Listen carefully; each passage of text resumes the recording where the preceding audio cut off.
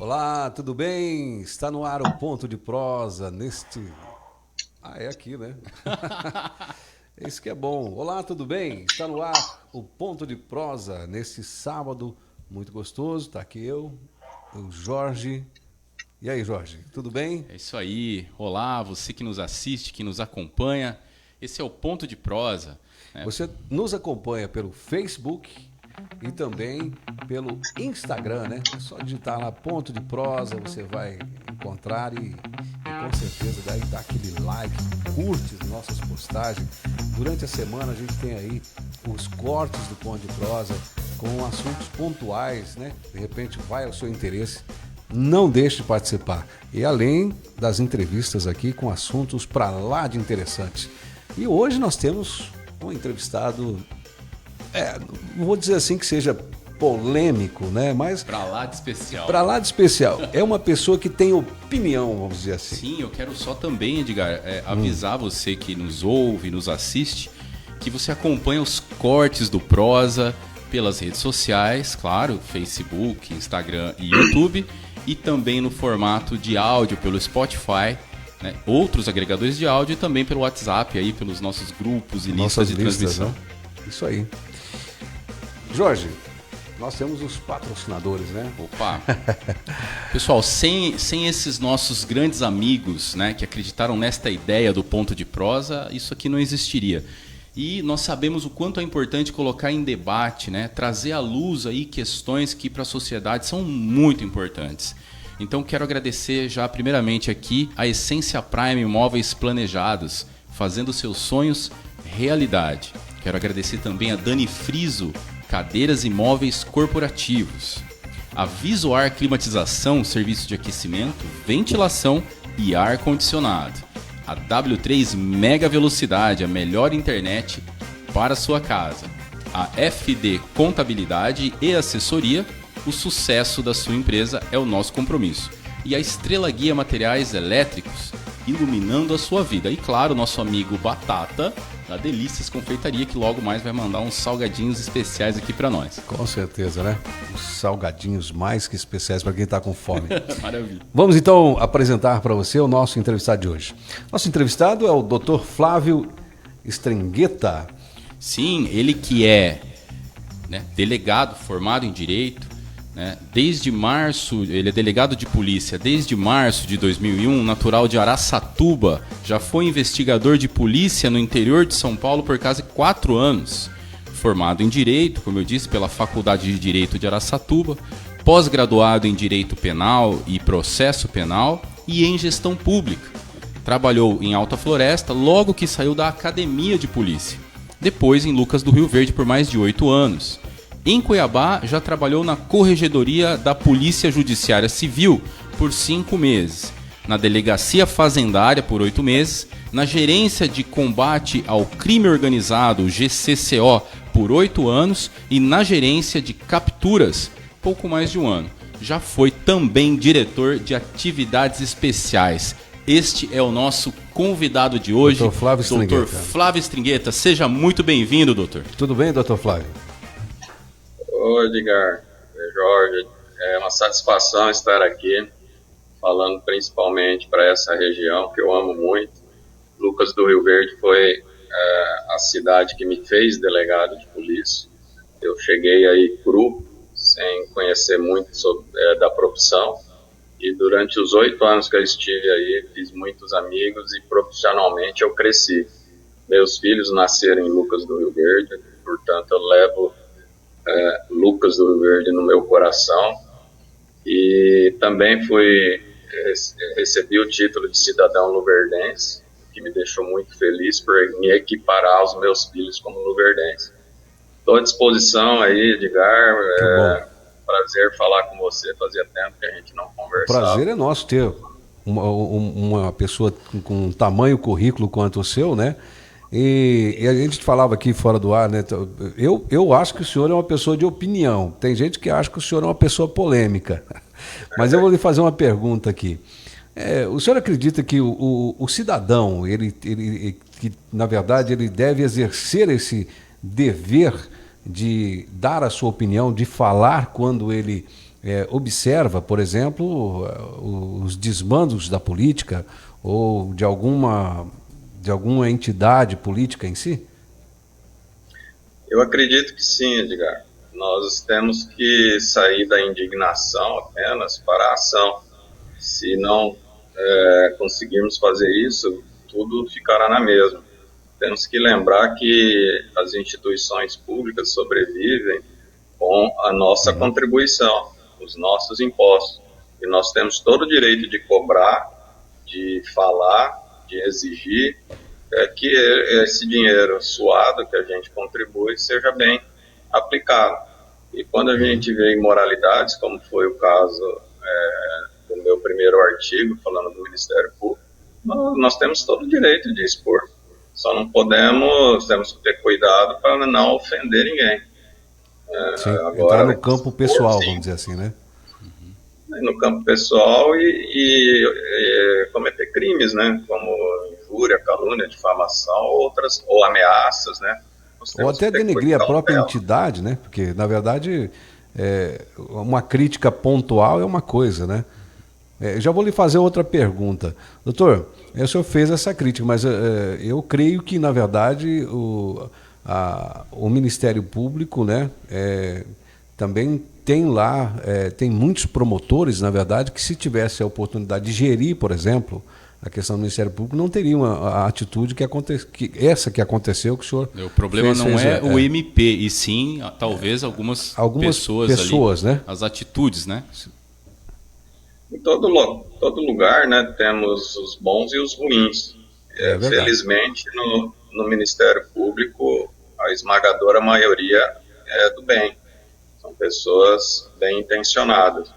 Obviamente, as maçãs podres acabam surgindo e algumas vezes tomando decisões que põem em dúvida toda a beleza das ações daquela instituição, no caso, o Ministério Público.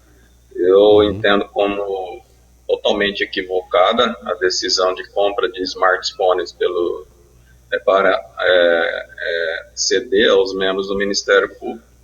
E no momento desse, talvez se fosse qualquer outro momento, teria passado despercebido, mesmo sendo imoral. Mas no momento desse, o que faltou aos comandantes do Ministério Público, seus membros que estão aceitando isso, nós temos que levar isso em conta, faltou sensibilidade.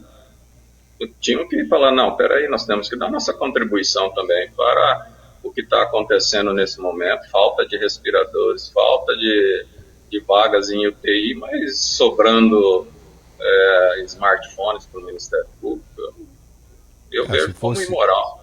Se fosse apenas smartphones, a gente até poderia relevar, mas são outras situações, né, doutor? Mas enfim... Os smartphones, Edgar, custaram 2.300.000, mais ou menos, para os cofres públicos. Eu digo... um dinheiro que... Pode falar.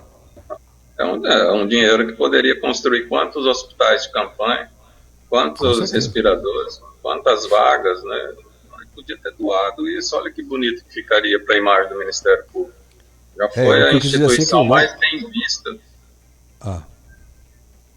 Não, já foi a instituição mais bem vista, mais aceita pela população, e hoje está aí, a população inteira criticando, vendo com maus olhos essa instituição importantíssima, por conta de atitudes atitudes que, na minha opinião, são mesquinhas.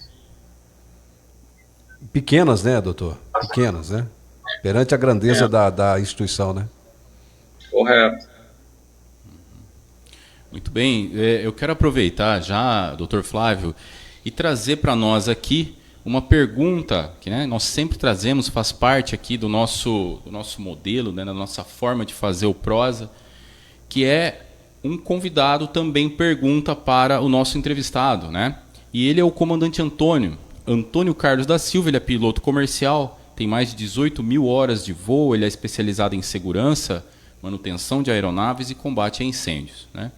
Também tem uma atuação dentro da política, porém, a pergunta dele vem justamente nesse sentido, né? Essa relação que existe entre, né, os agentes públicos, benefícios, quem ganha mais, quem ganha menos, por que existem privilégios aí em determinadas determinados setores, né, do serviço público. E aí se estende não só ao Ministério Público, mas também ao Judiciário, entre outros. O Legislativo o e assim por diante, né? Penduricalhos e por aí vai. Então, vamos agora ver a pergunta do comandante Antônio. Solta lá, produção. Parabéns pelo programa. Eu queria fazer uma pergunta aí ao seu entrevistado, o delegado Stringueta, que eu, aliás, eu admiro muito o trabalho dele como delegado. Stringueta, você sabe que o setor público paga muito melhor do que o setor privado.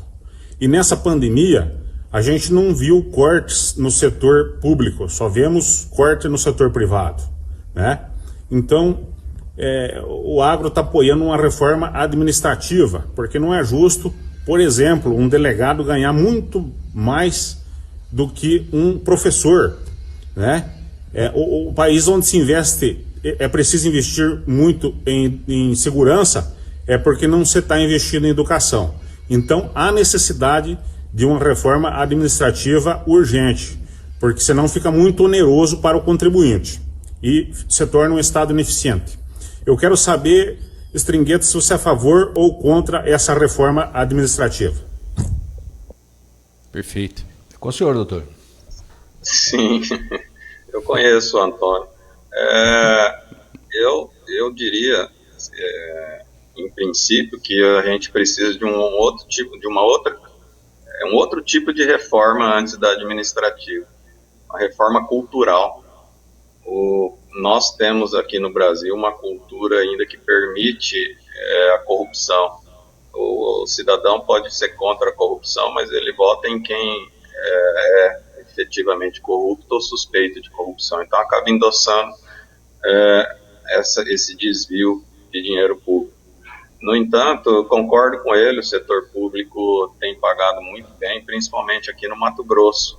E a ideia desse pagamento, valores altos, atrair bons profissionais para a prestação de um serviço de excelência para o nosso contribuinte. No caso, concordo plenamente que o professor é muito maltratado. É um servidor público que é mais desvalorizado do que o delegado de polícia, concordo. Mas espero que aumentem o salário dele, não diminuam o meu, né? Ele concorda que... Fato, né? Fato.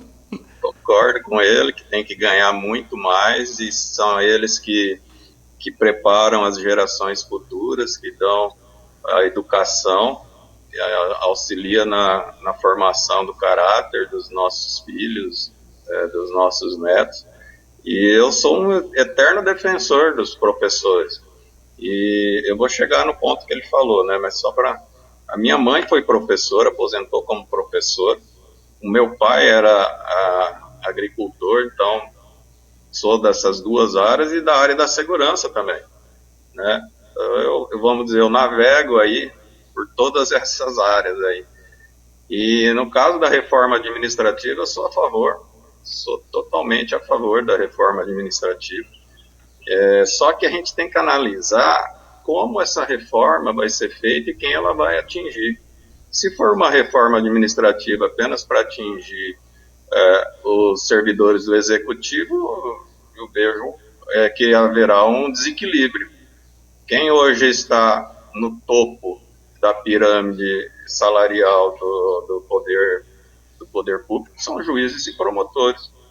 Então nós vamos fazer uma reforma administrativa atingindo apenas um dos poderes, eu vejo como não é não eficaz, mas injusta. Quando o nosso governador atual iniciou o seu mandato, em 2019, ele passou a atrasar o pagamento dos salários do servidor do executivo e depois ele dividiu o pagamento em 3 vezes durante algum tempo e depois em 2 vezes até que ele voltou a fazer o pagamento no último dia útil do mês, né, de direito. Então, só o executivo é que pagou pelo problema que ele dizia que o Estado tinha. O legislativo, o judiciário, os funcionários do Ministério Público, do TCE, nenhum deles teve isso. Foi cortado também o RGA, Reposição Geral Anual dos Servidores do Executivo. Então, pode ser mesmo que o Antônio tenha razão, que a contribuição do setor público do servidor público tenha sido menor do que a do setor privado. Doutor, não vou discordar. Existe... Oi? Doutor, existe alguma justificativa para que existam esses altos salários na esfera judicial, né, na esfera do Ministério Público, inclusive no Legislativo? O doutor considera que há alguma justificativa, uma mínima plausível, para que existam esses altos salários, penduricalhos e assim por diante, que inclusive ultrapassam o teto constitucional de salário, né? Eu ia tocar nesse assunto, Jorge. Olha, é aquele velho ditado, né? Farinha pouca, meu pirão primeiro. Né? Então, existe o teto constitucional. R$39 mil é hoje o teto, que é o que um juiz do STF pode receber. Nós, do Poder Executivo, nós temos uma porcentagem a menos que isso, deve dar em torno de 35, 36 mil. Se ultrapassar disso, fica retido.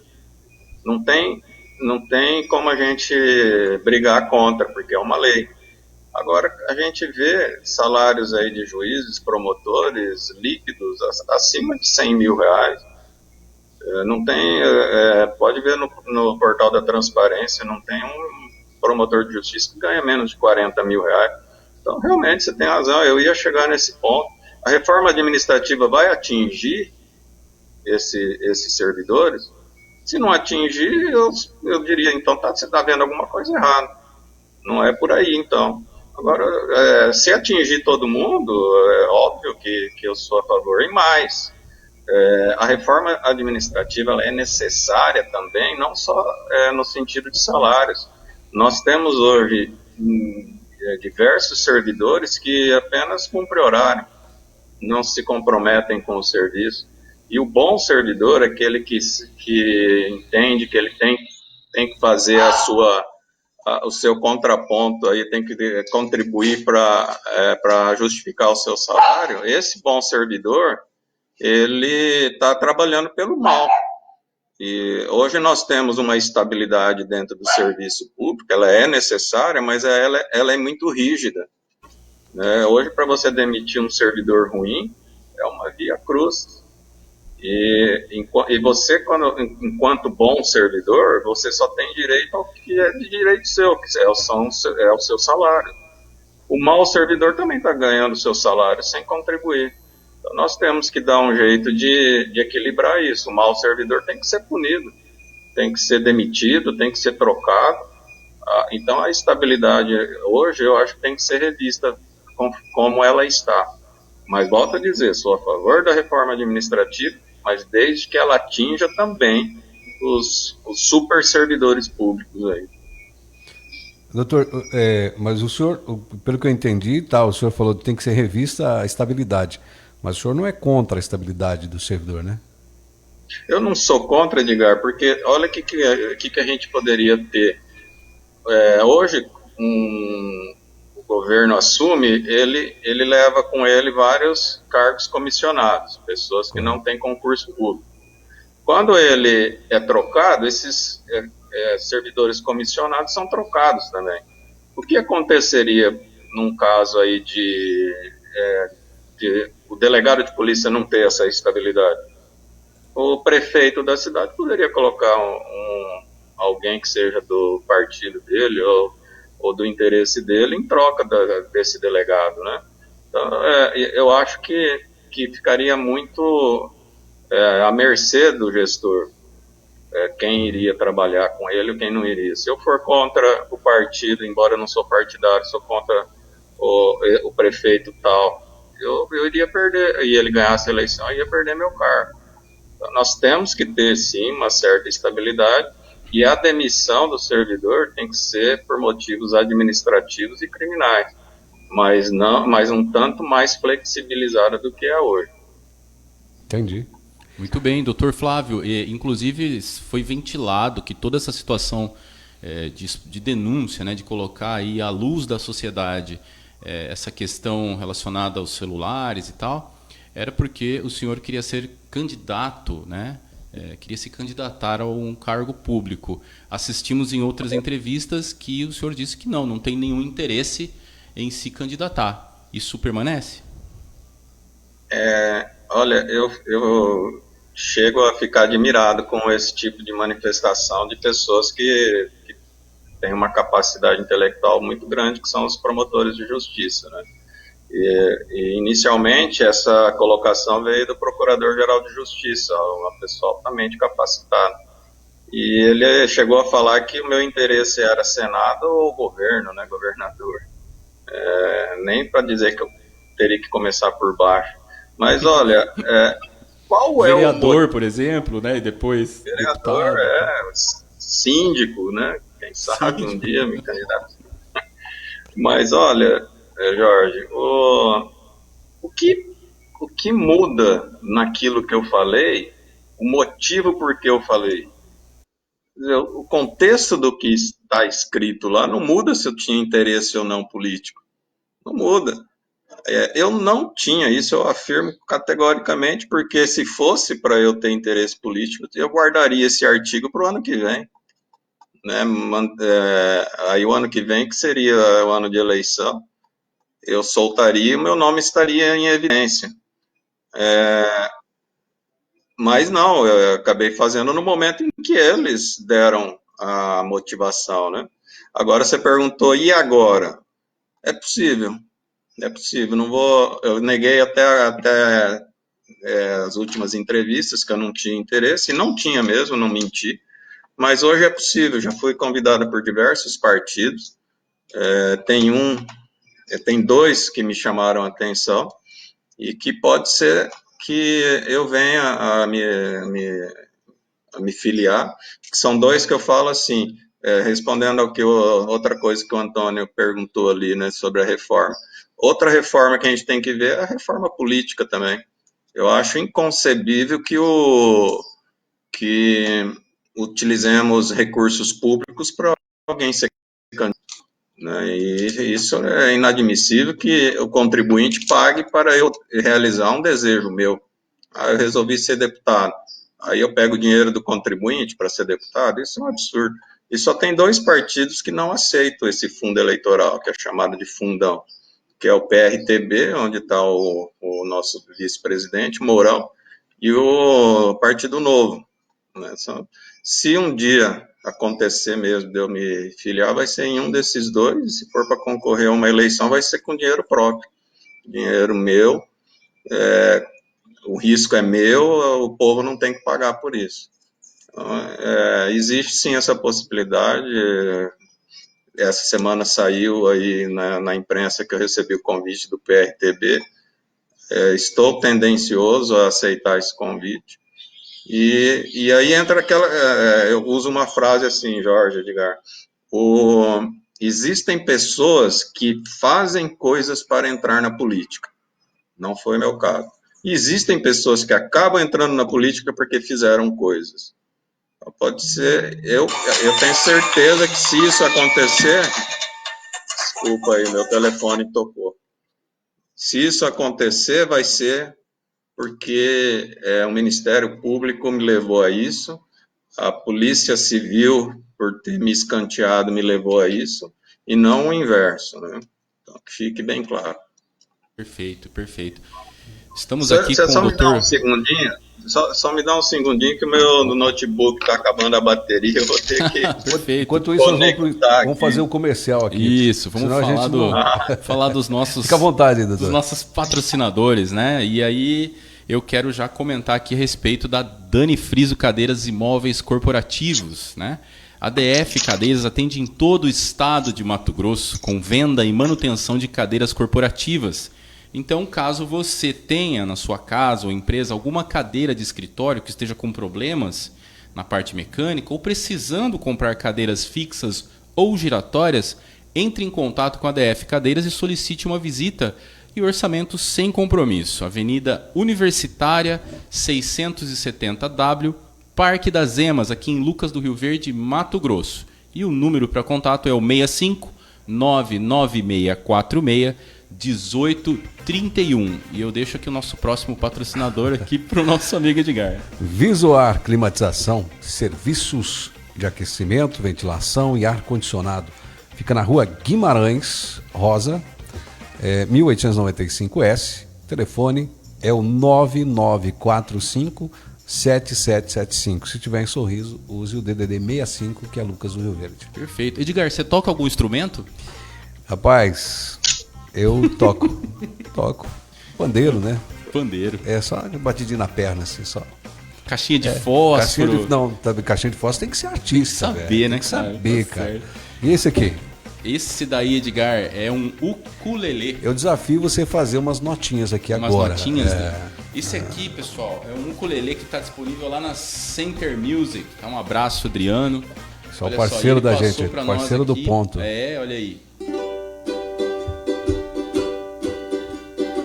Sem cantar, tá? Sem... Por segurança não canta. Você manja, hein? Viu aí? Você viu? Então, se você manja, hein? se interessou por este maravilhoso ukulele, dá uma passada lá na Center Music, tá bem? Eu vou passar o número aqui para vocês. É o 65996006006, tá bem? Um abraço, Adriano, e vamos em frente. W3 Mega Velocidade, isso mesmo, a melhor internet para sua casa. Aqui na Avenida Goiás, 1417, o telefone é o 3212-7777. Olha, e é melhor mesmo.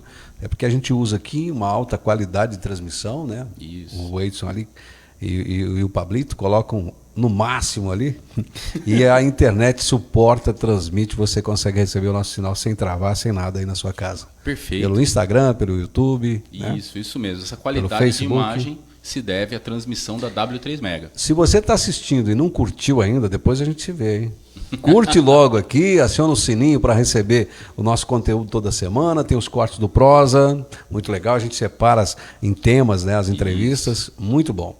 Isso aí. Já voltou aqui, Edson, o doutor Flávio? Eu quero aproveitar, Edgar, agora e falar, né, um último recado aí.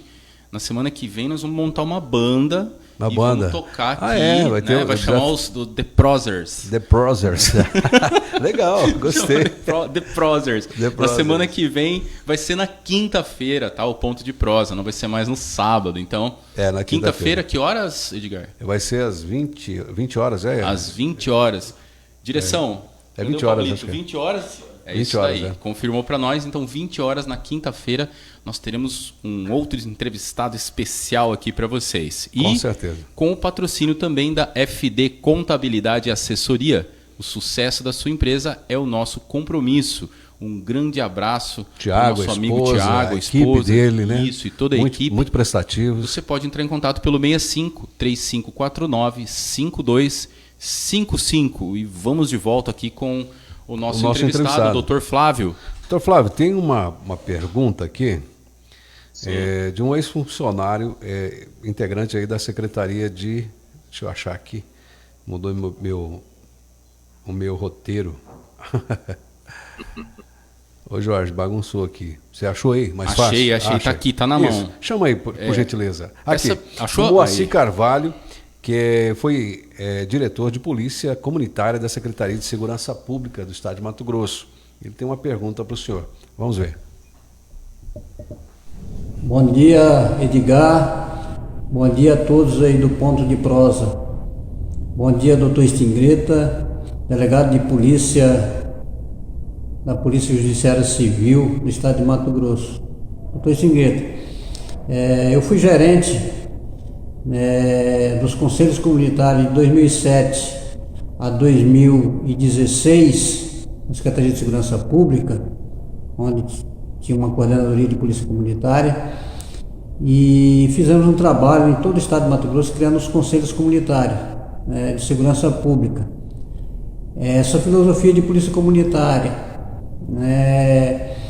onde teve essa interação né, da comunidade com as polícias e tornou-se um bom resultado nesse período, né, e eu tenho certeza que o senhor acompanhou isso como delegado, apesar que a função do senhor estava lá no GAECO, né, mas muitas informações onde a comunidade, né, tinha medo, né, de passar para as polícias, de informar as polícias através dos telefones, né, 190, 197 e até o 0800. E com essa criação dos conselhos, essa interação entre polícia e comunidade, né, facilitou e muito essas informações. E a gente viu aí, a partir do governo Pedro Táxi, né, esse governo Mauro Mendes, né, que acabaram com essa filosofia, né, criaram-se um modelo de polícia, né, reativa, não de polícia preventiva, mas de polícia reativa. Gostaria de saber do senhor, né, da sua opinião e se há uma possibilidade, né, de um outro governo, né, do senhor, né, na Polícia Civil, voltar essa filosofia de polícia comunitária no estado do Mato Grosso. Muito obrigado. Com o senhor, doutor. O nome, só para eu tratá-lo pelo nome? Moacir. Então, ao senhor Moacir, concordo plenamente com o senhor. A polícia comunitária, ela foi importante, era importante no nosso estado, mas como a gente sabe bem, né, aquilo que tem dando certo, os governadores seguintes, os gestores seguintes mudam para não dar crédito ao gestor anterior, né? Como eu disse em outro momento, nossa cultura ruim que prejudica o cidadão, né? Se está dando certo, vamos manter, né? E temos que ter uma polícia preventiva muito mais eficaz do que a reativa, ou tanto quanto a reativa. A polícia preventiva, hoje ela é feita pela polícia militar, que se desdobra muito, se trabalha demais por conta do pouco efetivo que tem. Nós tínhamos que dobrar a quantidade de policiais militares, pelo menos aqui no nosso estado, para que a população se sinta mais protegida. A Polícia Civil, ela entra em cena depois que o crime aconteceu. O trauma do cidadão já foi causado. Então, concordo com o seu Moacir que a gente tem, sim, investir na prevenção, e a polícia comunitária é uma ótima ferramenta para isso. Em Cuiabá nós temos bases comunitárias, o que não tem nada a ver com a polícia comunitária, mas leva a polícia militar mais próxima também da sociedade. E a atuação, doutor Flávio, por exemplo, dos CONSEGs, né, que foram criados aí pelo Ministério da Justiça e também estendidos às secretarias de segurança do Estado. Essa relação comunidade, eu não sei, eu queria que o senhor desse uma opinião, por exemplo, né, da atuação dos CONSEGs de Mato Grosso. Eles são ativos aí na capital, principalmente na capital, na cidade por onde o senhor passou? Existia essa interação da comunidade, né, que é o Conselho Comunitário de Segurança Pública, com as entidades, já que a Polícia Militar, a Polícia Civil, são membros natos, né, do CONSEG, de cada região, no caso. O delegado titular sempre está lá representando a Polícia Civil e o comandante da polícia representando a Polícia Militar, o bombeiro também, integrando aí as forças de segurança. O senhor acha que eles são ativos, os CONSEGs, no estado de Mato Grosso? Eu posso falar, Edgar, da onde eu passei, né? Correto, de onde o senhor passou. Sim, aqui em Cuiabá ele não tem tanta efetividade porque estamos próximo ao comando, não só comando da Polícia Civil Militar, como a Secretaria de Segurança Pública. Então nós temos o acesso quase que imediato àquilo que as polícias necessitam. Não como deveria, porque estruturalmente ainda falta muito, principalmente efetivo. Mas o CONSEG que eu mais vi trabalhar bem, de acordo com aquilo que seria a metodologia, é o de Sorriso. Né? Lá tinha, não sei se ele está lá ainda, acredito que sim, o Pedrinho. Ele era muito ativo. Eu tentei, na época que eu estava em Lucas, trazer a mesma eficiência do CONSEG de Sorriso para Lucas do Rio Verde. Não que o de Lucas não fosse bom, mas era inferior. Enquanto no período que o senhor estava aqui, não tinha o CONSEG, né? Tinha o CONCEP, que era municipal, né? Não, Foi tinha implantado depois. CONSEG também. Não, na época tinha CONSEG, depois foi implantado o Conselho da Comunidade, né? Aí eu já estava saindo daí. Deixa eu só colocar aqui, porque eu fui o primeiro presidente do CONSEG de Lucas.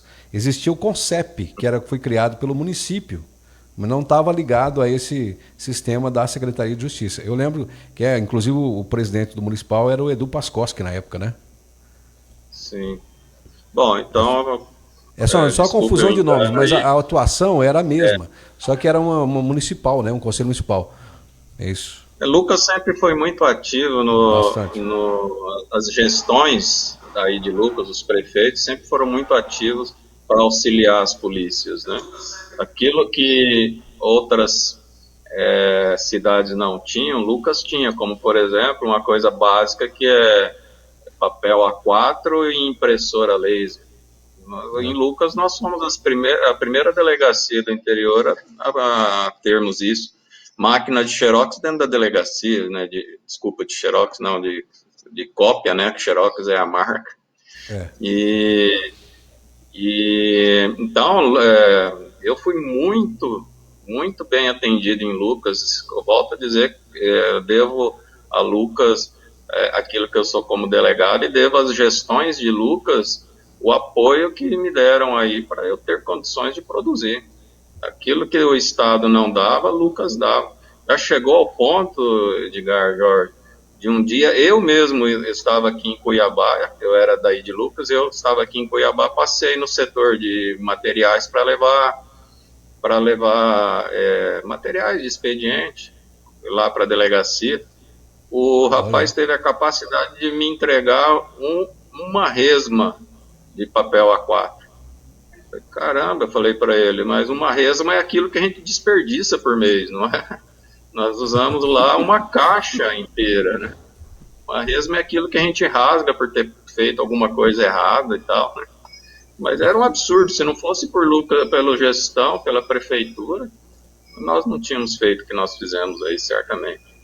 E ainda hoje, por exemplo, no aparato de segurança, Lucas tem uma estrutura bem grande, né? Hoje tem o CONCEP, que é o municipal, continua. Tem o CONSEG, que o presidente, eu não sei quem que é o presidente do municipal, mas o presidente do CONSEG é o Davi Paré. E hoje nós temos também o Paulo Nunes, que é secretário de Segurança Pública da Secretaria de Segurança e Trânsito aqui do município. Então hoje Lucas já tem até uma secretaria para atuar na segurança, além do Conselho da Comunidade, né, que é ligado mais à questão lá do sistema penitenciário. Mas eu acho que eu interrompi o senhor estava concluindo o raciocínio aí. Não, eu só ia concluir que é necessário, sim, né, a polícia comunitária, os CONSEGs, tudo aquilo que vem para somar e melhorar é importante. E ajuda na cobrança, né? Eu lembro que a gente cobrava muito o Estado por meio do conselho, que você disse que é CONCEP, né? Mas a gente cobrava muito. Na época, não só nós, né, comandante da Polícia Civil e da Polícia Militar aí de Lucas, mas também o Ministério Público participava e setores da iniciativa privada. É o GGI, né? Que é o... Isso, Gabinete GGI, de Gestão que Integrada. incorpora todas as forças de segurança, né? Isso é muito importante. Aí participa o Ministério Público, o Judiciário. Isso é muito importante. Nós vimos ao longo do tempo se desenvolver com mais amplitude, com mais força, até por uma cobrança aí da população, né? As forças de segurança pública, né? Com toda a sua estrutura, veio melhorando ao longo dos anos, né, doutor Flávio? Com certeza, Jorge. Olha, quando eu entrei na polícia em março de 2001, 2001 isso, nós não tínhamos nem combustível para viatura. E as viaturas eram sucateadas. Eu cheguei em Alta Floresta, só tinha um escrivão que tinha computador porque ele comprou. O resto era tudo na máquina de escrever. Se eu não tivesse levado o meu computador, não teria. Então a estrutura mudou muito, mas está muito aquém daquilo que a sociedade merece e precisa. Muito aquém. O que mudou muito pouco é o efetivo. Hoje nós temos praticamente o mesmo efetivo de delegados que tinha em 2001. Se tiver mais, é pouca coisa a mais. Então, a sociedade, como eu disse, merece muito mais do que essa melhora aí, né? Então, a estrutura melhorou, mas o efetivo continua o mesmo, ou pior, e o Estado aumentou, né? Muito bem, eu quero aproveitar, doutor Flávio, aqui e já também enviar uma pergunta aqui, tá, do nosso amigo Gilvani Leal. Ele é advogado criminalista, ele é vice-presidente estadual da ANACRIM, que é a Associação Nacional da Advocacia Criminal, né? E ele nos envia uma pergunta que vai ao encontro desses temas sensíveis, né, de segurança pública. Por exemplo, o cidadão deve andar armado? Isso melhoraria os índices de violência que nós temos atualmente? Vamos ver a pergunta do nosso amigo Gil.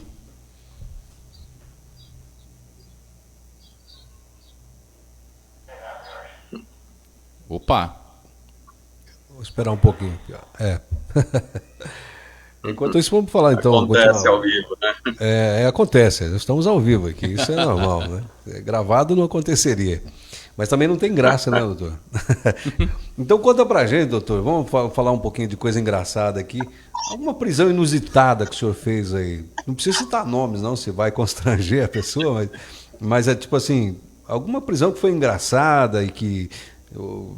Conta aí uma história pra gente aí. Olha, eu lembro de uma que foi até curiosa, não vou dizer engraçada. E quem foi vítima foi a minha então mulher aí em Lucas do Rio Verde, né? Ela dava aula no EJA e um rapaz passou por ela, entrou numa sala para tomar água onde estava a bolsa dela, né? E levou o celular e a carteira dela, né?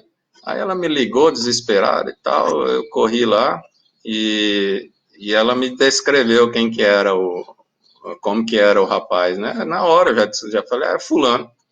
A cidade era pequena, a gente conhecia todos os criminosos, né?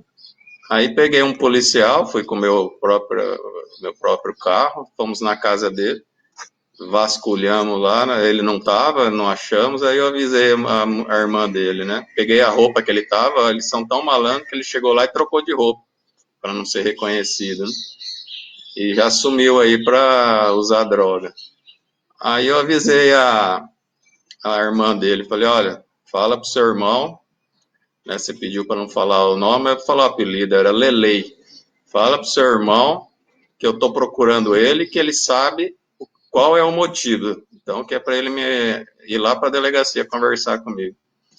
Aí eu saí procurando ele nos pontos de uso de droga, daí a pouco me ligam da delegacia que ele estava lá para entregar os objetos furtados, né? Então, é mais curiosa do que engraçada, né? E teve uma outra situação que não chegou a ser uma prisão. A delegacia ainda funcionava lá do lado do cemitério, né? Não, nesse caso do Lelei também funcionava. Mas um dia eu que cuidava da cadeia pública na época, porque não tinha ainda o sistema penitenciário formado. E eu tô lá trabalhando, um agente penitenciário chega para mim e fala, doutor, tem um senhor ali fora com um saquinho cheio de maço de cigarro que ele quer entregar para os presos. Eu falei, não, fala para ele deixar aí os maços, depois a gente entrega. Não, eu já falei, mas ele falou que ele quer ele mesmo entregar os maços de cigarro. Falei, pô, resolve lá. Doutor, não tem jeito, né? E o saguão tava cheio de gente. Eu saí ali para atender o senhor, um senhor distinto, mas estava bem alcoolizado, bem vestido, chapéu. Aí ele falou, doutor, eu quero entregar eu mesmo esse cigarro. Eu falei, não vai entregar, não é dia de visita. Ele falou, não, mas eu vejo o pessoal sofre aí e tal, eu quero entregar eu mesmo. Eu falei, olha, senhor, aqui na delegacia, fora de dia da visita, só entra se for para ser preso. Aí ele fez assim com as mãos e falou assim, então me prende, doutor. Aí eu olhei pro pessoal ali que estava no saguão, eu falei assim, olha, vocês são testemunhas, aí ele está pedindo para ser preso, né? Aí eu falei, leva ele lá para dentro, então, né? Já aprendeu também. Foi assim. E o cigarro, ele conseguiu entregar, doutor? Nós não deixamos. Ah, porque você tem que revistar o cigarro, né? Você tem que revistar, né? Tem que olhar primeiro, né? Tá doido. Mas antigamente era assim, né? O delegado que cuidava do sistema prisional também, né? Muito tempo foi isso, né? Era complicado. Mas me deu trabalho nessa atividade foi o sistema prisional. Cuidar de preso, ninguém merece, não. Vamos à pergunta do Giovanni. Tá no ponto o vídeo? Senão vai sair muita história aqui. Pois é. Agora tá no ponto. Então vamos lá para a pergunta do nosso amigo Giovanni Leal. Ele é advogado criminalista, vice-presidente estadual da ANACRIM, que é a Associação Nacional da Advocacia Criminal. Com o vídeo no ponto agora, com vocês, a pergunta do nosso amigo Gil. Primeiramente, quero cumprimentar o jornalista Edgar Savariz, o meu amigo, o professor Jorge Sepúlveda, da cidade de Lucas do Rio Verde. Estender também meus cumprimentos ao ilustre entrevistado, Dr. Flávio Stringueta. E a minha pergunta é no sentido da lei do desarmamento. Eu quero saber, o Dr. Flávio, qual é a opinião dele a respeito da maior flexibilização da posse de arma e, sobretudo, de uma flexibilização do porte de armamento. Qual seria o impacto dessa maior flexibilização do porte e da posse na área da segurança pública no meio social? Fala com ele. Eu gosto dessa matéria, viu? Vamos lá, Estatuto do Desarmamento, né, doutor? Vamos falar rapidamente sobre a história do porte de arma, da criminalização. Até 1997, eu não vou lembrar agora a lei, 9437, se eu não me engano, de 97, não era crime andar armado aqui no Brasil. Então nós temos um histórico aí de quase 500 anos de que a pessoa poderia andar armada. Embora não era crime, era uma contravenção, e ninguém tem medo de contravenção, né? Então a pessoa se arriscava e andava armada. De repente ela se transformou em crime. Você não pode mais andar armado, porque agora não é só contravenção, é crime. E em 2003 veio o Estatuto do Desarmamento. Chegou ao absurdo de ter um artigo lá que dizia que ser pego armado era crime inafiançável.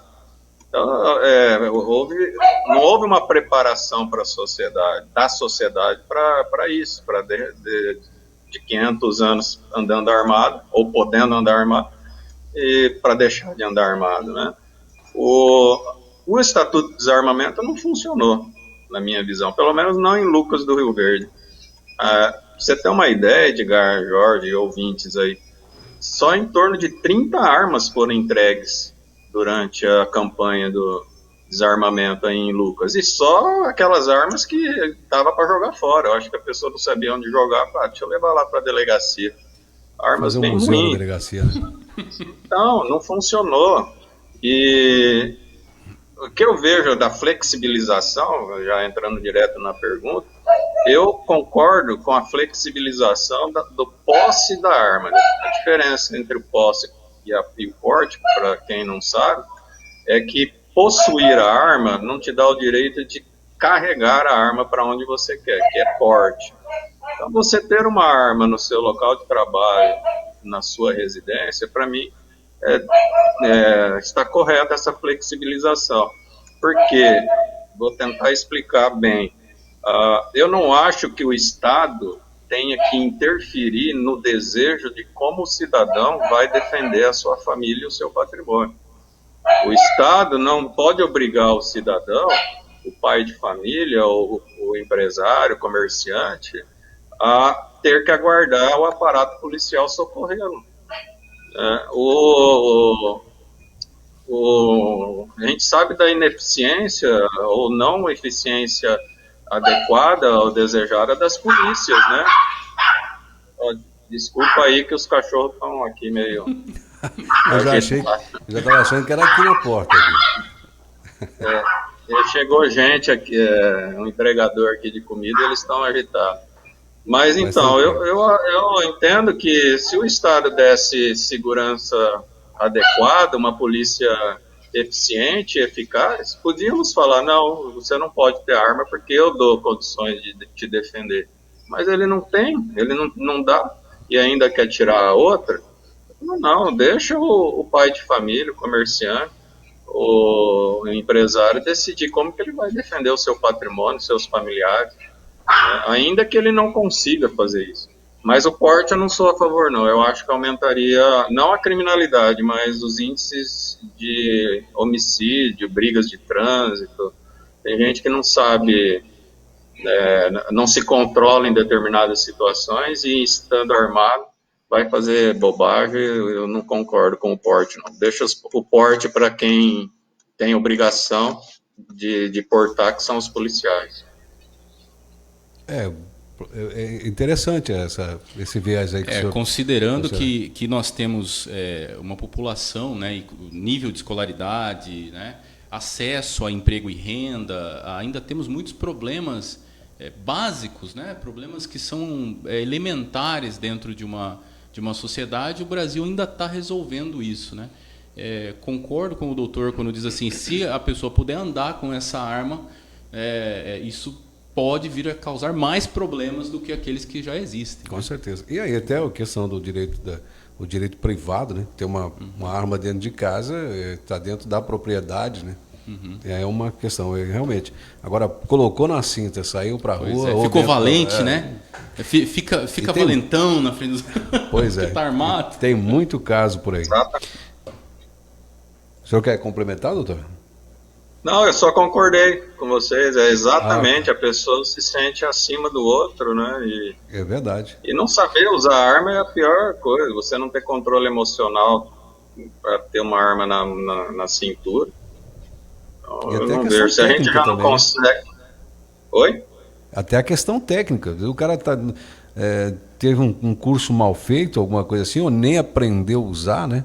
E uma hora dispara um tiro contra si mesmo, ou mata um familiar aí, só num manuseio errado de uma arma de fogo. Não, e dentro de casa também teria que ter uma responsabilidade muito grande, né? Porque brigas familiares... Mas aí entra aquilo que o doutor falou, ele já está assumindo a responsabilidade quando compra a arma, né? Aí lá dentro da casa dele é outra história. Se der um problema, ele vai ser responsabilizado. Claro, com certeza, vai ter que se responsabilizar. Mas aí é uma decisão, respeitando a decisão do cidadão de dentro do local privado dele ter uma arma de fogo. Eu concordo, isso eu também concordo. E outra coisa, Edgar e Jorge, vamos pensar, a arma não mata ninguém. Deixa a arma ali em cima. Deixa a arma ali em cima da mesa, ela nunca vai fazer mal a ninguém. Eu lembrei de uma frase. Uma frase que eu vi num filme. O cara colocou na traseira da caminhonete. Armas não matam pessoas, pessoas matam pessoas. É fato. O acesso a um instrumento que pode tirar a vida de outra pessoa é que é o discutível aí, né? Que pode colocar na balança. Se um marido quiser matar a mulher, ele usa uma faca, usa a própria mão, dá um estrangulo. Então não é porque ele vai ter uma arma de fogo que vai aumentar o índice de feminicídio. Pode aumentar acidentes domésticos, né? Mas aí você tem que ter responsabilidade para guardar também essa arma. Meus filhos nunca pegaram minhas armas. Acho que é questão de educação. Meus filhos sempre conviveram com as armas e sabiam que eles não tinham que pegar e nunca pegaram. Eu também antigamente, hoje eu não possuo arma, mas já tive arma em casa. Mas também a educação, né? De quem está ali, que aquela arma ela é para segurança e tem que ser manuseada por quem sabe manusear. Então é fato, realmente. Hoje eu não vejo a necessidade iminente assim, né? Porque até é uma questão de necessidade, mas não sou contra ter a arma em casa como, né? Para a defesa pessoal da pessoa lá dentro da privacidade dele. Doutor, O senhor tem vasta atuação aí na combate, né, o crime organizado, principalmente nos assaltos, né, da modalidade aí do novo cangaço. O senhor, inclusive, deu entrevistas aí para emissoras de rede nacional, fez prisões fora do estado. Atualmente, né, a gente pouco tá ouvindo falar sobre assaltos, por exemplo, nessas modalidades aí do novo cangaço. Quais as estratégias nesse período, né, que foram criadas ou mesmo aperfeiçoadas para reprimir esse tipo de crime? Então, nós não registramos esse crime do novo cangaço aqui no Mato Grosso desde 93. Um dos maiores assaltantes de novo cangaço que a gente tinha aqui, líder de quadrilha, foi preso pela GCCO em 2012, finalzinho de 2012. Ele atuava no novo cangaço e nos ataques a carros fortes. Desde então também praticamente acabaram os carros fortes aqui no estado, né, os ataques, né. Nós tivemos também uma melhoria muito grande do BOP com relação à perseguição desses criminosos nas matas. Então passou a ser um crime muito arriscado por criminoso. Os confrontos com o BOP sempre geraram mortes de criminosos, né? O BOP é referência nacional hoje em confronto em mata, eles dão cursos em diversos estados, o nosso BOP daqui, né? E as prisões que nós fizemos da Polícia Civil, da GCCO, só em um caso, o último caso lá em Vila Rica, em 2013, nós prendemos 8 criminosos, né? Começaram a perceber que o crime, esse tipo de crime aqui no Mato Grosso não compensava. Você tem que ter um aparato muito grande, o dinheiro que você retira das agências não é tão grande assim, o maior que nós tivemos aqui foi em torno de R$500 mil, para dividir em 12 pessoas acaba sendo um custo-benefício inviável muitas vezes, né? E os criminosos que sabiam mexer com o novo cangaço aqui no estado não existem mais. Esse que era o líder foi morto em Rosário Oeste cerca de um ano e meio atrás, né? Então, é isso que eu vejo com relação ao novo cangaço. As estratégias eram simples até. Você verifica pelo modo de agir das quadrilhas, se elas são as mesmas que estão agindo em outras cidades, né? Então, nós identificamos, só em 2012, por exemplo, né, foram 12 cangaços aqui no Mato Grosso, ou seja, em média, um por mês. Eram 3 quadrilhas diferentes atuando. Identificamos, pedimos prisões, saíram as prisões e o lucro deles não compensou o resultado que eles tiveram, né, a consequência jurídica que eles tiveram. Então, é mais ou menos assim, Edgar. Então, hoje, o pessoal acaba observando o perfil, né, profissional das polícias e fala assim, não compensa. O crime literalmente não compensa, né? Então, quer dizer, Mato Grosso atingiu...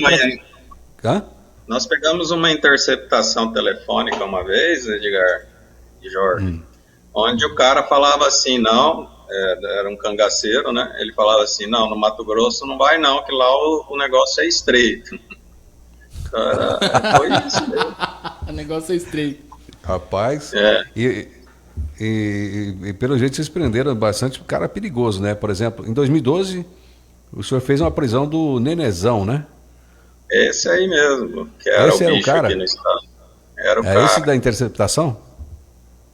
Não, era um cara que estava, um pessoal de Rondônia estava querendo vir para o Mato Grosso fazer cangaço e o criminoso daqui falou, não, aqui é complicado. Aqui no Mato Grosso o negócio é estreito. Que continue sendo estreito, né? Que continue assim. E a gente possa manter longe esse pessoal aí do novo cangaço, porque faz um estardalhaço, né, Jorge? Pois é, coloca em pânico, né, a sociedade, né, gera não só insegurança, mas mortes, perda de vidas, e eu acredito que também tem aquela coisa associada ao glamour, né, desse tipo de crime, que é eles assaltarem um banco em uma modalidade que chama muito atenção, né? Quem noticiou esses assaltos aí nesses períodos explodiu de visualização, né? De acompanhamento aí por parte da população, tendo em vista a forma como era realizado. Então a gente só tem a agradecer que isso tenha sido desmantelado e que a gente possa ter mais exemplos positivos do que negativos, né, doutor? Sim, e só para também, né, vamos dizer, complementar isso, o crime que mais causa prejuízo para os bancos não são os crimes de novo cangaço, roubos a bancos e nem ataques a caixas eletrônicos.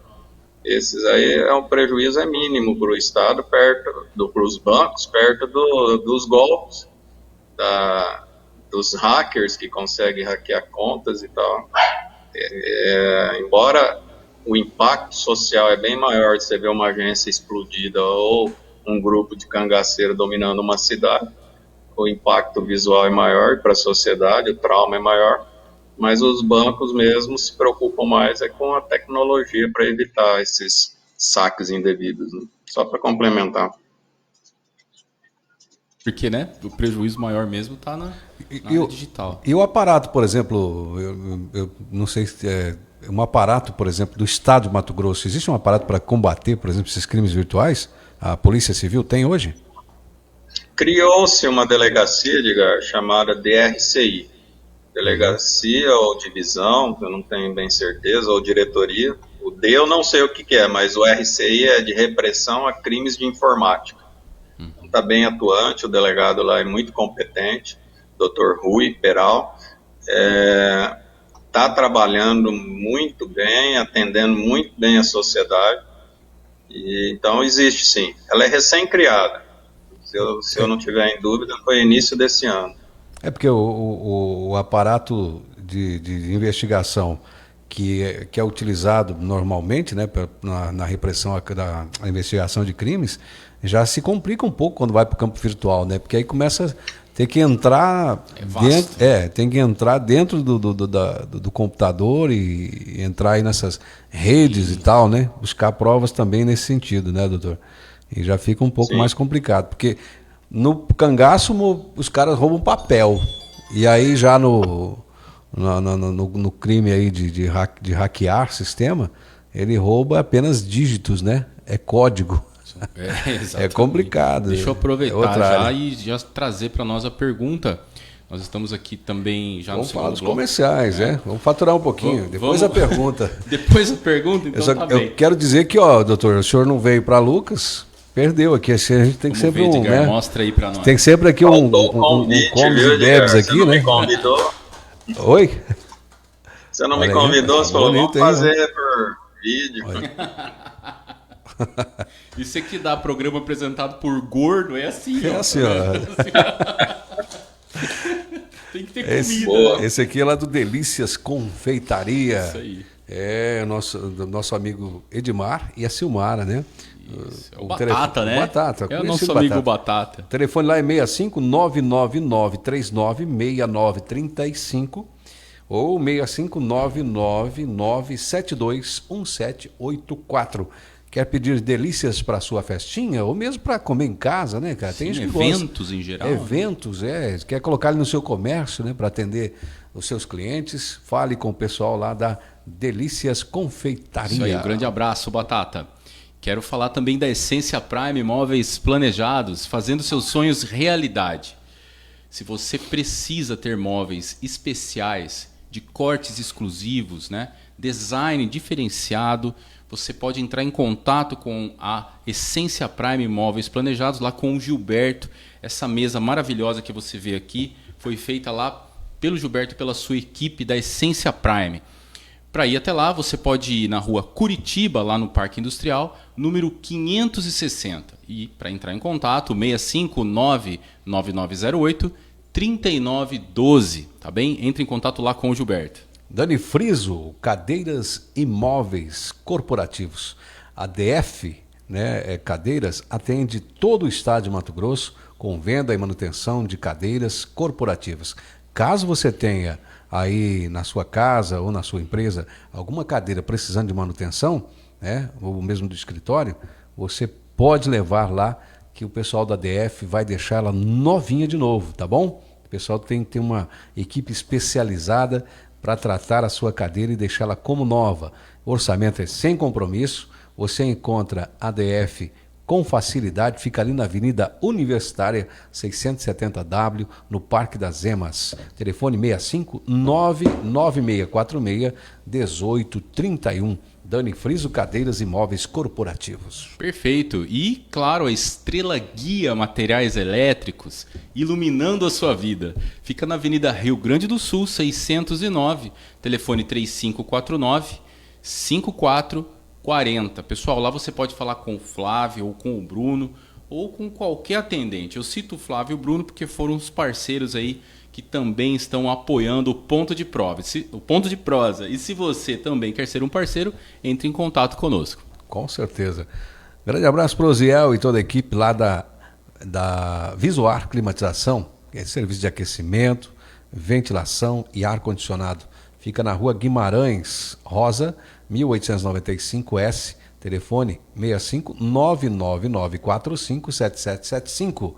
Se a gente está nesse clima gostoso aqui, a gente deve, graças ao pessoal Exatamente. Da Visuar, que, né, colocou o ar-condicionado para a gente e vai deixar a sua casa também bem climatizada.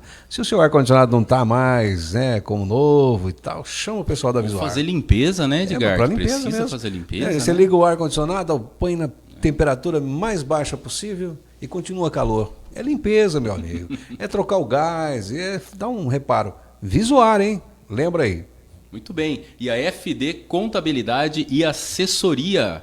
O sucesso da sua empresa é o nosso compromisso. Então você pode entrar em contato com o Thiago pelo 3549-5255. Lembrando que nós estamos em Lucas do Rio Verde, Mato Grosso, Brasil, e o DDD aqui é 65, tá bem? Mas a FD Contabilidade com certeza pode ter o melhor aí para sua empresa. Entre em contato. W3 mega velocidade, é mega mesmo, tá? Não é conversa fiada não.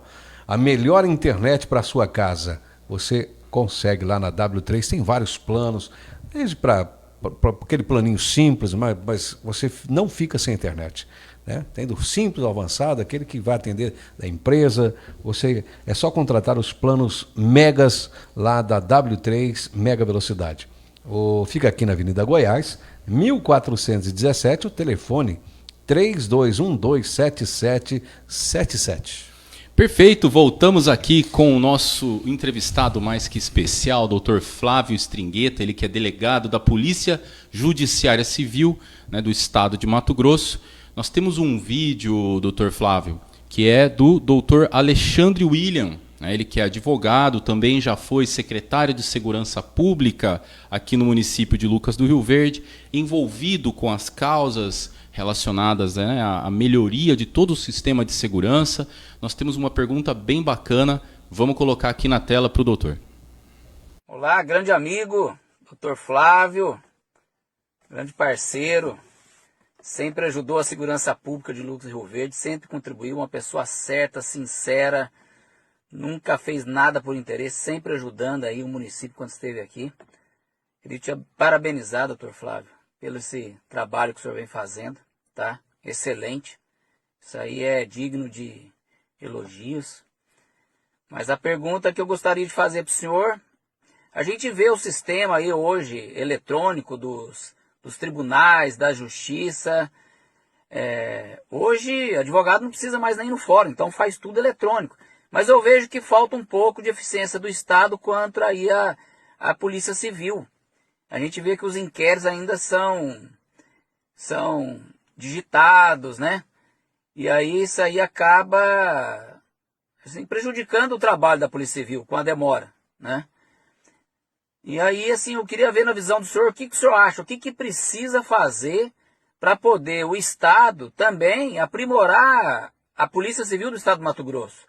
Colocando meios eletrônicos, câmeras, aquele sistema que o Poder Judiciário usa, para poder integrar também junto com aí o Poder Judiciário e facilitar a vida do cidadão, aí, dos investigadores, dos escrivões e dos delegados. Na visão do senhor, o que está faltando para o Estado tomar essa iniciativa e fazer aí a tecnologia digital aí dos inquéritos da Polícia Civil do Estado do Mato Grosso. Um grande abraço, doutor Flávio, tá? Um bom trabalho para o senhor. Tudo de bom para o senhor. É com o senhor, doutor. Saudade desse colega aí, Alexandre. Foi um parceiraço na época que eu estive aí. Nunca disse não para a Polícia Civil. Ele era advogado representante dos direitos humanos da OAB e não tinha hora, qualquer horário que eu ligasse para ele, fala, doutor, preciso que o senhor acompanhe um depoimento.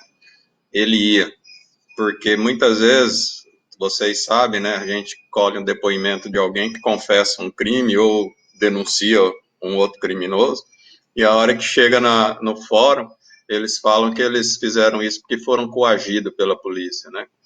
E o doutor Alexandre ia lá para demonstrar que isso não acontecia. Qualquer hora do dia, da noite, da madrugada, ele sempre foi um parceiro, né? Devo muito também do meu desempenho em Lucas a esse auxílio que ele nos prestava.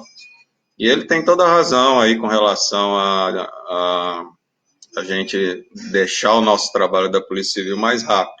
Está em andamento, nós temos hoje quase que totalmente implantado o inquérito digital.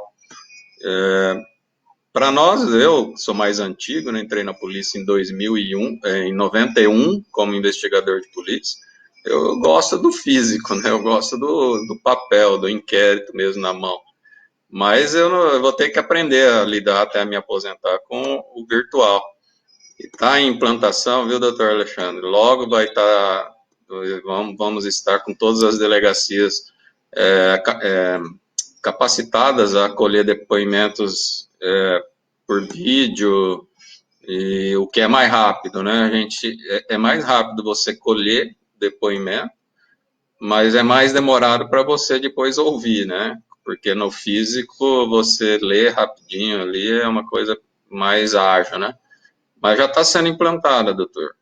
O que eu vejo, assim, a polícia está conseguindo recursos para isso. Recursos estão vindo dos TACs, né? Os termos de ajustamento de conduta, porque se dependesse só do Estado, infelizmente, os recursos são escassos e não conseguiríamos.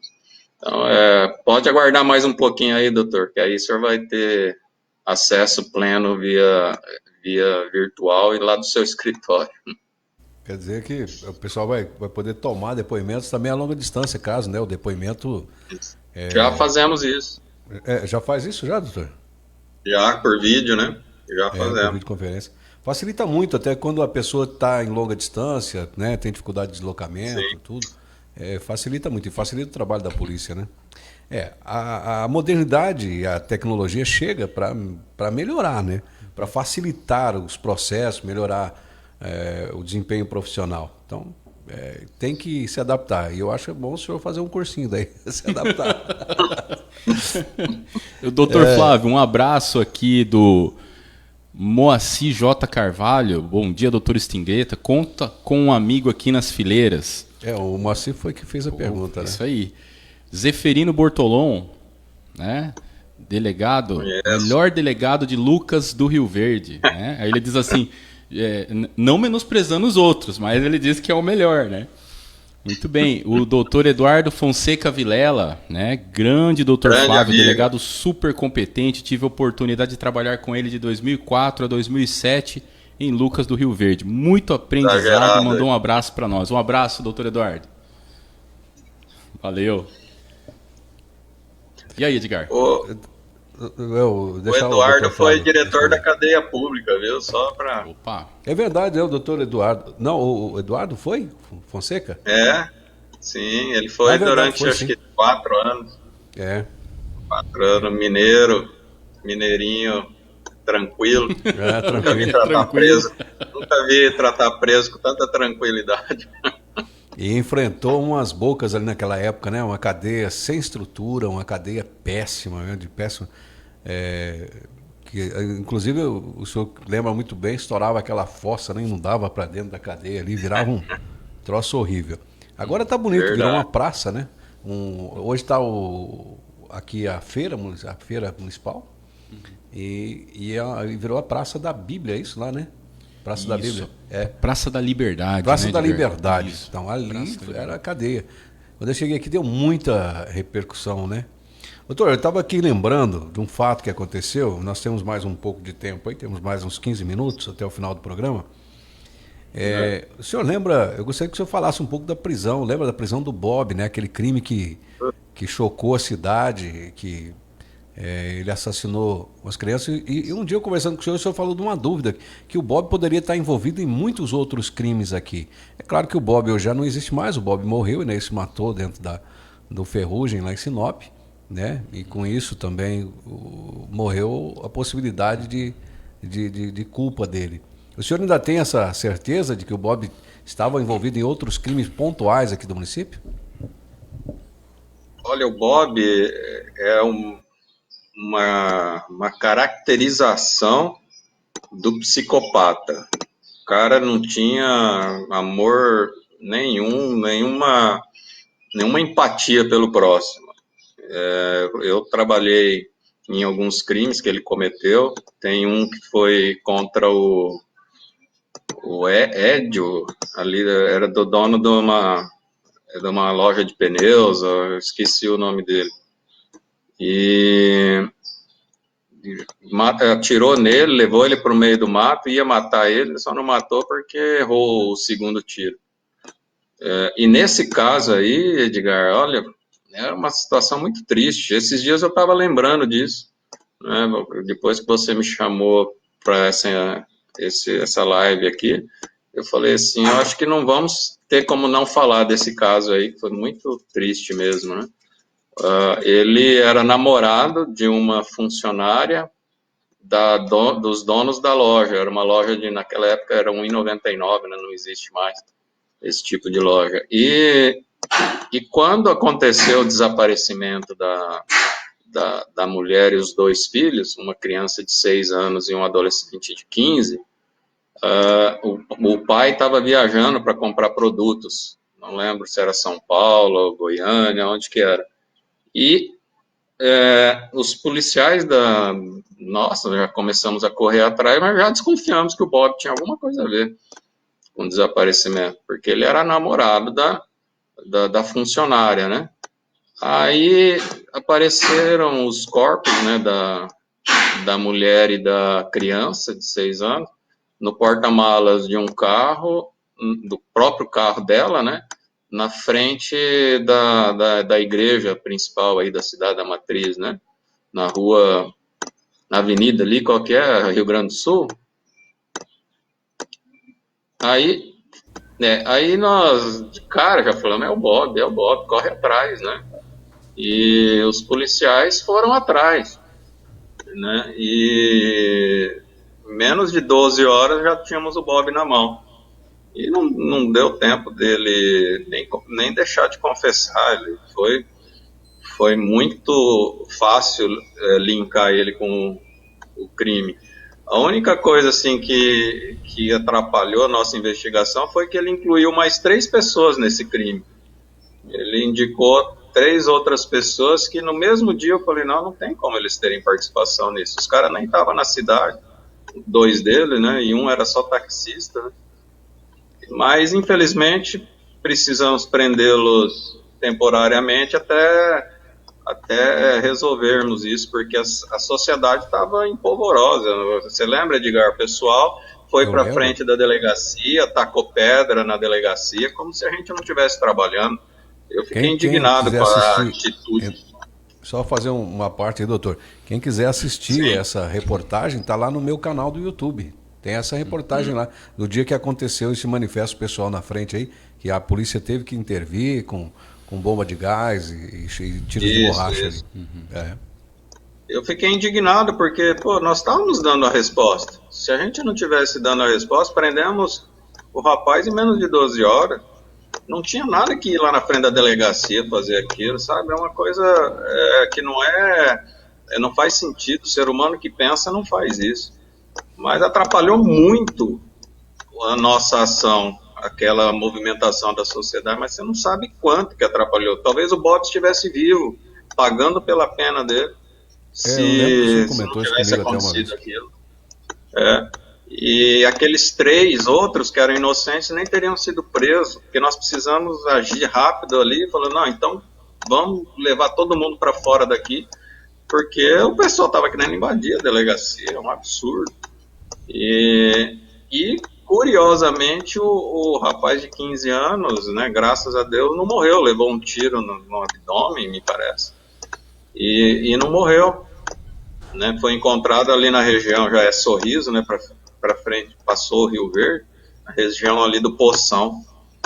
Não tenho como esquecer esse caso, não, devido à frieza, matar uma menina de 6 anos, é coisa assim que não existe. E outra, por um valor irrisório, era R$1.400 ou R$1.800 que ele levou da família. Doutor Flávio. É um absurdo, ó, triste. O senhor comentou a respeito aí dele ter um perfil de psicopata, né? E não Exato. ter nenhum sentimento, né, de consideração pelo ser humano. As origens, né, da criminalidade, os elementos, os fatores que levam ao crime são, eu acredito eu, inúmeros, né? São muitos.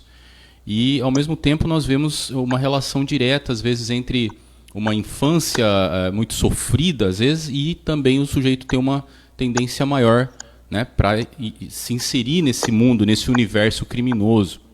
Tem uma frase do Ziraldo que diz assim: nunca vi um canalha que tivesse tido uma infância feliz, né?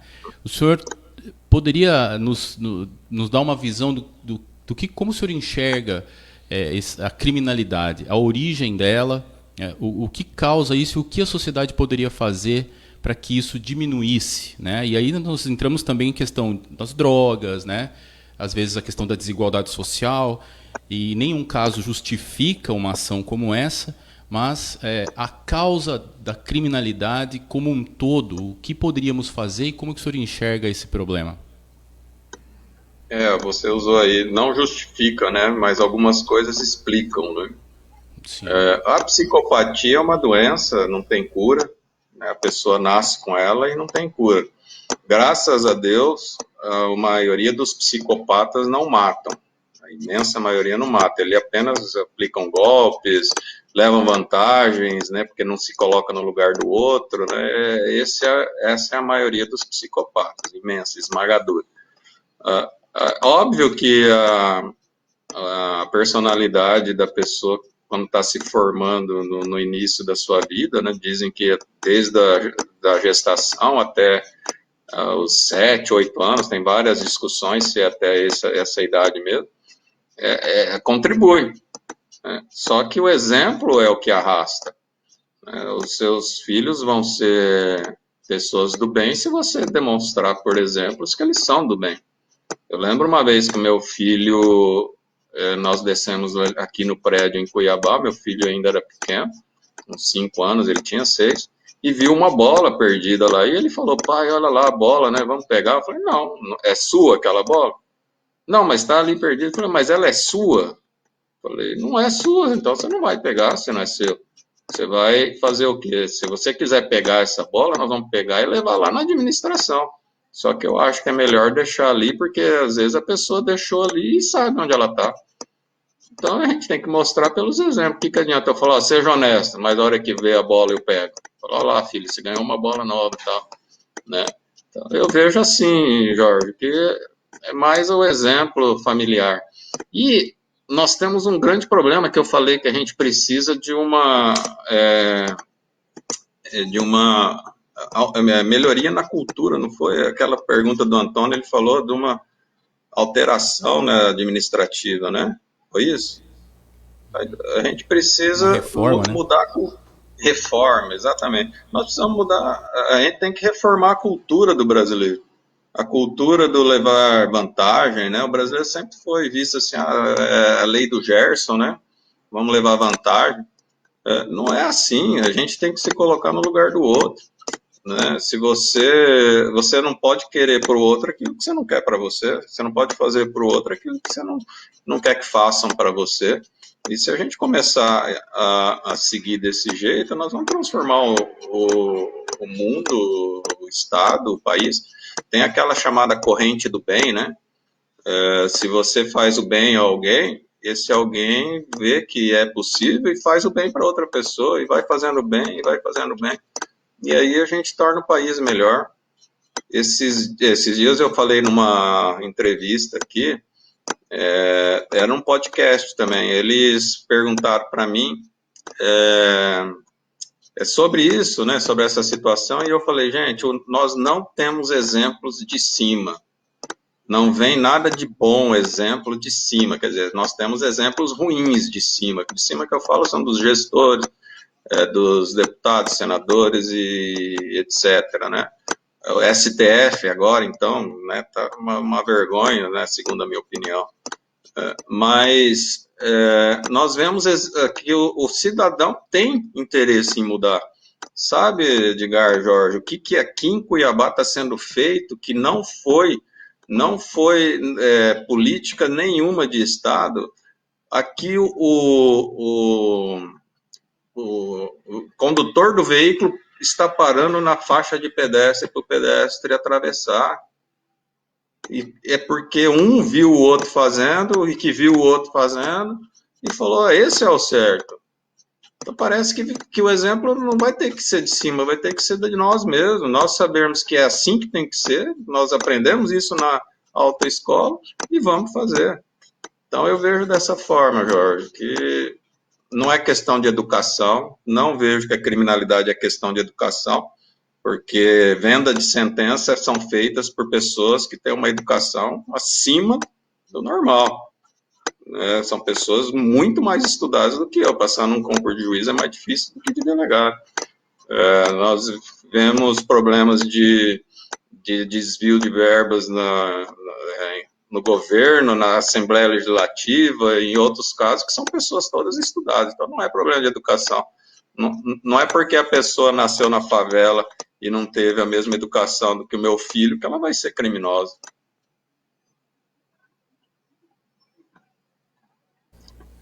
Desculpa, não teve som. A pobreza não explicaria a criminalidade, né?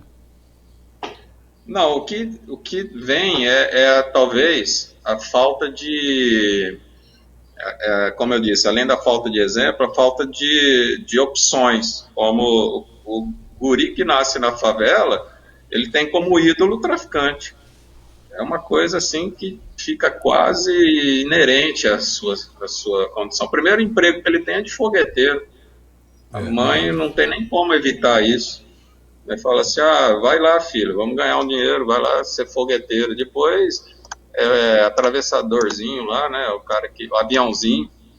Né? Então, acaba sendo na cultura dele o correto. É colocado na cabeça dele que aquilo ali é a vida correta. Ele foge dos padrões nossos, né?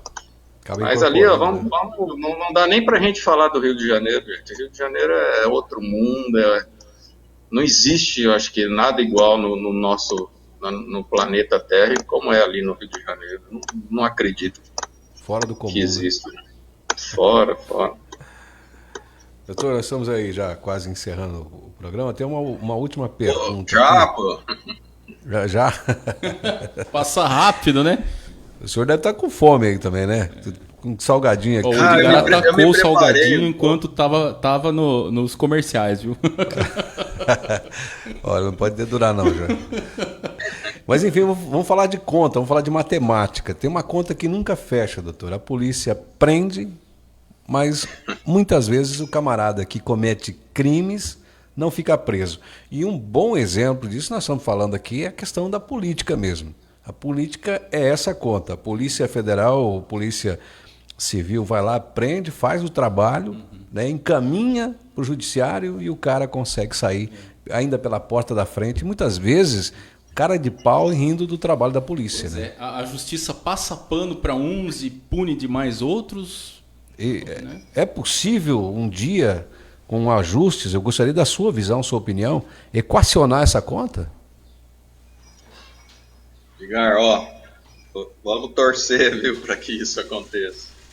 É muito triste a gente saber que nossos filhos e netos vão ter que conviver com isso. Eu não acho que a curto e médio prazo vai mudar alguma coisa.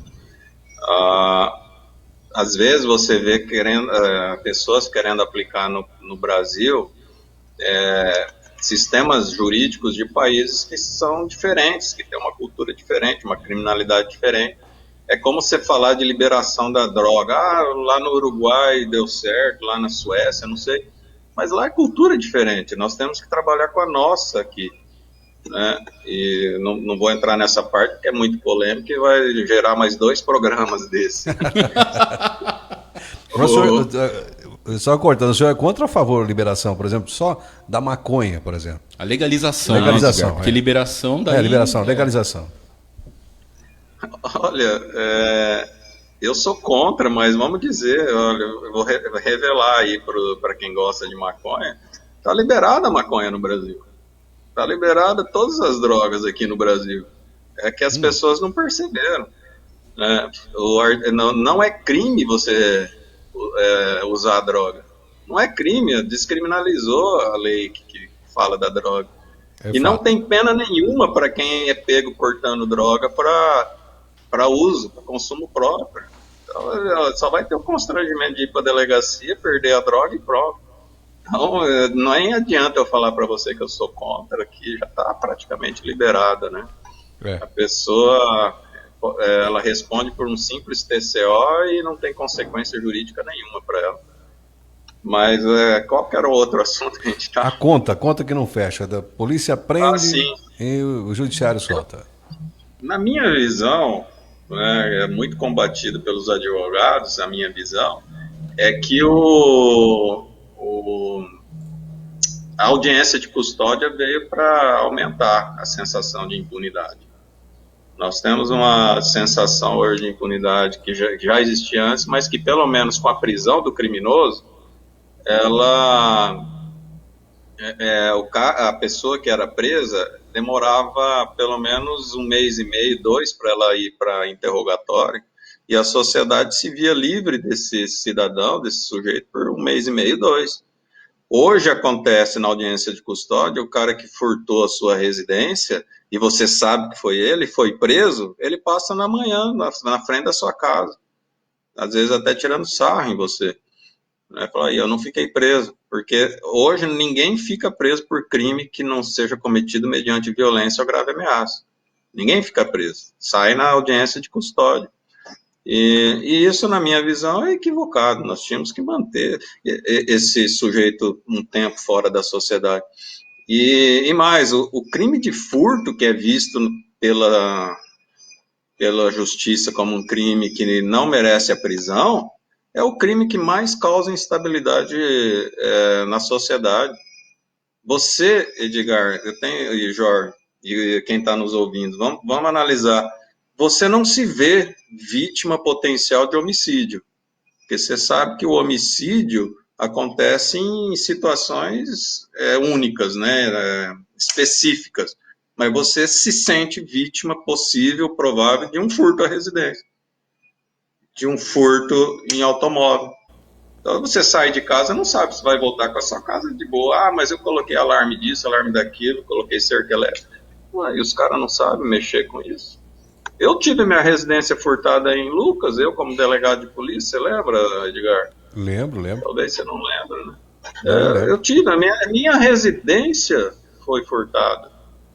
Pois né? Então, eu tinha certeza que ninguém tinha coragem de me matar, mas agora furtar minha residência...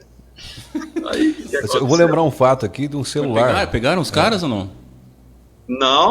Não pegamos. Eu descobri que os caras, na época, tinha um grupo de ciganos aí na cidade. Ou foram eles, ou foram criminosos de Sorriso, porque acontecia muito o criminoso furtar em outra cidade para não ser identificado. Eu imagino a frustração que o senhor tem, né? Até hoje não conseguiu saber quem foi, né? A maior frustração minha é que eles levaram uma cartucheira que era do meu pai, de quando meu pai era solteiro. Não servia para caça, não servia para nada, mas eu tinha acabado de reformar ela, porque ela era um cano só, né? Cartucheira, um cano não serve nem para caça, né? Mas olha, era uma relíquia para mim. Mas levaram e eu nunca mais a vi.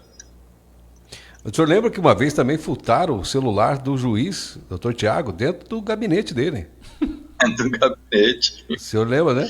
Lembra desse fato? Os caras são abusados, lembra? É, abusado mesmo, tá louco, pô. Tem coisa de doido. Deixa eu só dar um salve aqui para os nossos comentários, a Jocelaine Barbieri. Esse cara tem meu respeito. Lucas do Rio Verde teve sorte em ter seu trabalho por muito tempo. Sua competência e caráter é admirável. E o Obrigado. Douglas Esfredo, um grande abraço, Dr. Flávio. Espero ouvi-lo novamente. E do Edgar Savares. Mas esse é o filho. Né? Boa, pai. Mandou um joia aqui. Graças a Deus, doutor Flávio. Edgarzinho.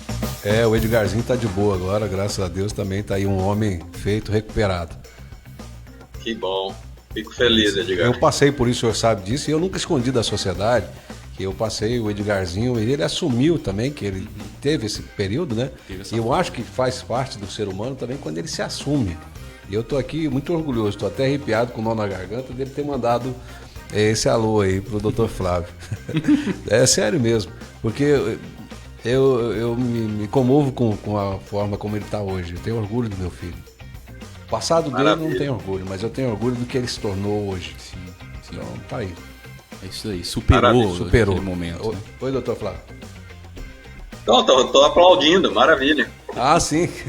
É porque aqui o retorno tá um pouco baixo, às vezes a gente não consegue entender o que está acontecendo aí com o senhor, mas que bom, que ótimo. Obrigado, doutor Flávio, foi um prazer tê-lo aqui, nesse bate-papo. Não aqui fisicamente, mas aqui virtualmente. Aqui nessa telinha que nós estamos vendo. Aqui. Nessa tela.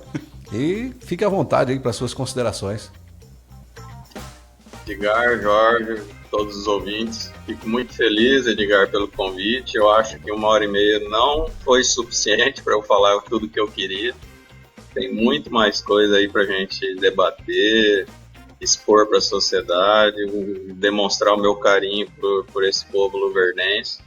E só para dizer para aqueles que dizem que eu fui o melhor delegado que passou aí, só lembrar uma coisa. Eu saí daí, a cidade ainda tinha só 30 mil habitantes, né?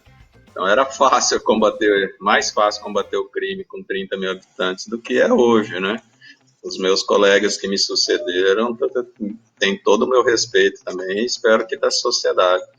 E complementando e finalizando, a única coisa que eu quero com as minhas atitudes é um estado, um país melhor para os nossos descendentes, filhos, netos, bisnetos, né? É só isso. E se a sociedade puder me ajudar nisso, e eu tenho certeza que quer também, pelo menos a sociedade vem, vamos junto, vamos nos indignar, vamos pôr em ação essa indignação e contem comigo para isso. Um país melhor, e um estado melhor e uma cidade melhor para todos nós. Um bom final de semana todo.